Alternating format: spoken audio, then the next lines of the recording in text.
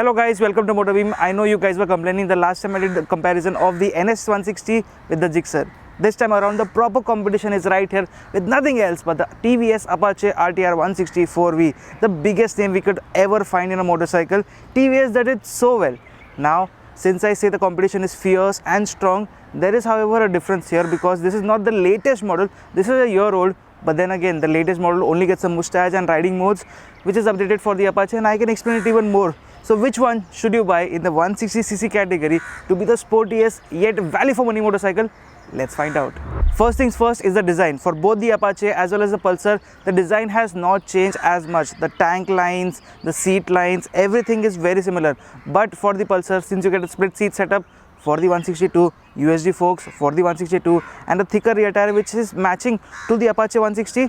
Now it looks proportional all around. Both the motorcycles look pitch perfect, and if you talk about sportiness, it's definitely there. I do have to mention that both the motorcycles still get halogen indicators. However, for the Pulsar it's a little bit flexible. For the Apache it's kind of a fixed unit, so if you drop it, it'll definitely break.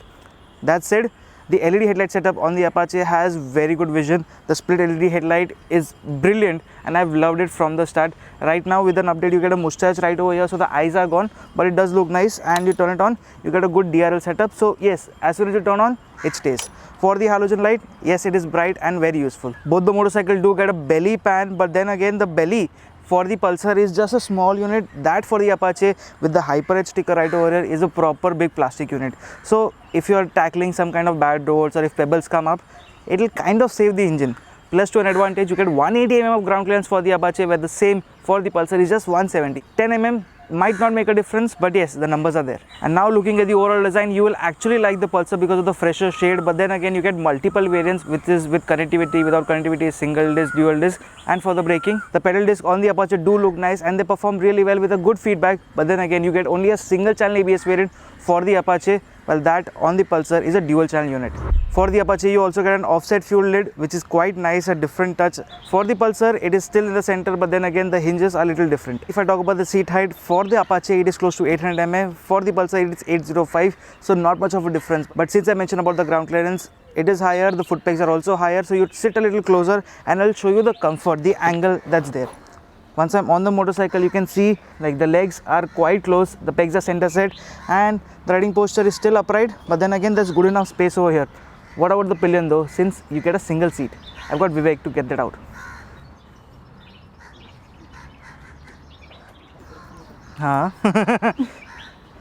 Full time wheelie now. Full time wheelie. So now you can see that because the single piece seat, it's a little smaller and you are sitting quite close to me. Yes. So that is a bit of a problem because the seat length is not as much. There is a bit of a problem, but comfort will be nice. Yeah, seat is quite comfortable. Cushioning is nice, and the grab rail, that is the best.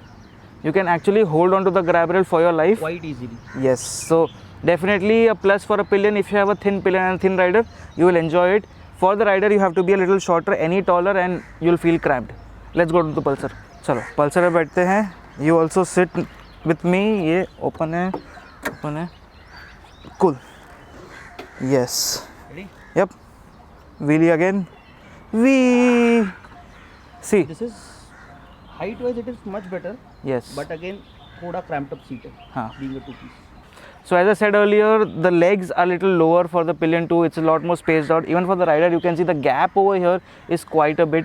And that is what the difference is. If you are a tall person, if you are heighted, you will actually like the Pulsar, and the distance is not as much, so you will actually enjoy it. Even for the 160, you get clip-on setup. So yes, it's quite a nice touch. For the Apache 160, you get handlebar, which is good enough, but then clip-ons are always a little bit better. Thank you so much, Vivek, for your assistance being a pillion and doing a wheelie with me. But then again, which one did you like the most? For comfort, this? For comfort, I would say that. Yeah. But again, when you sit, I am almost on your chest on the Apache.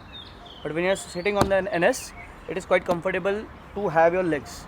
So with the pillion being taller or having a thicker pillion also, you will be a lot more comfortable and spacious on the Pulsar. NS, anytime. That said, Apache is still there for comfort. But then again, we still like the comfort of the Gixxer na?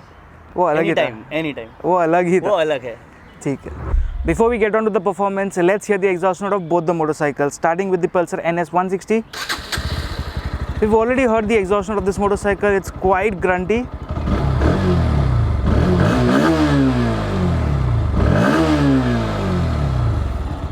No complaints at all, and redline still 10,000 RPM.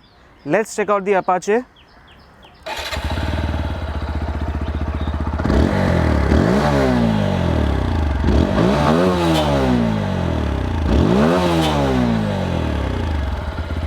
The red line is close to 11,000 RPM when on idle or when not in gear, so that is something to definitely note. And the exhaust on the Apache does sound a little bit bassier, does sound a little bit more sportier. As I mentioned earlier, the weight of the Pulsar is close to 152 kgs, but then the weight of the Apache is 6 kgs light as 146. However, there is a problem, and that is the side stand. The moment you put the Apache on a side stand, you can see how much it leans, and that is one of the major reasons we have kept both the motorcycles on a main stand, and putting it on the main stand is also not really difficult. If we talk about the heart of the matter, both the motorcycle get an oil-cooled 160cc motor producing close to 17 bhp of power and 14 Nm of torque. However, the Apache produces a bit more at 17.3 bhp and 14.7 Nm, which is a little more as compared to that of the Pulsar. And the weight difference does come in handy, and hence the acceleration of the Apache for the low end and the mid range is a lot more better. If you're picking up in traffic, you will actually like the response of the throttle on the Apache, and you will actually enjoy the acceleration. Although the top end is not as widespread as the Pulsar is, because Pulsar feels more lively in the top end close to 9,000 RPM, and the moment you open it hitting 10,000 RPM redline, it still feels ready to go. For the Apache, you can actually have a better top speed, but then again, utilizing that top speed, you will require a greater distance, and that is really not possible on our Mumbai roads.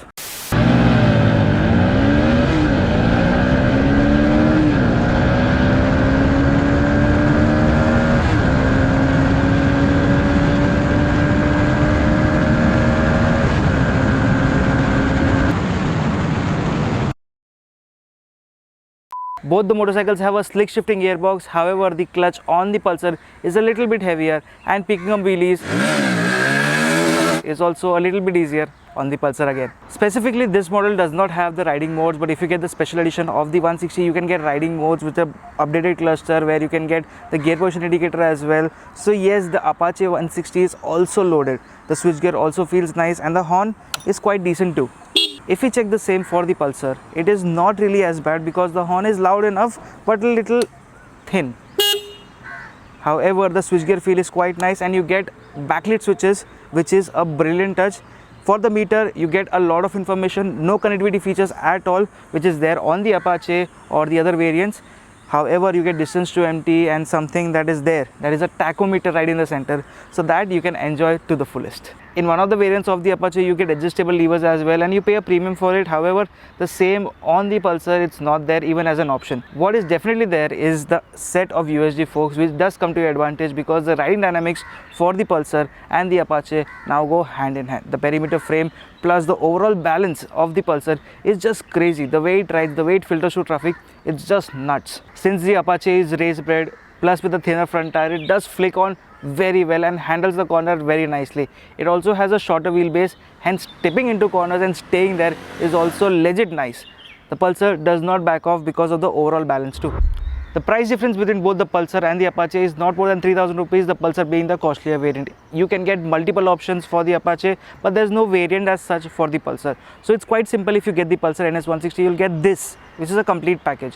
If you want to get some changes, if you want to get a special edition, special color, adjustable levers, a feature set, riding modes, and all of that jazz, you can get the Apache. So if you're tech savvy and want that creature comfort, the Apache is the one for you. If you want performance, if you want something that's dynamically ready, get the Pulsar. But you can even choose the Suzuki Gixxer, which is a good motorcycle in the comparison that we did last time. However, the choice over here, it's quite nice. Thank you so much for watching. I'll see you in the next one. Bye bye.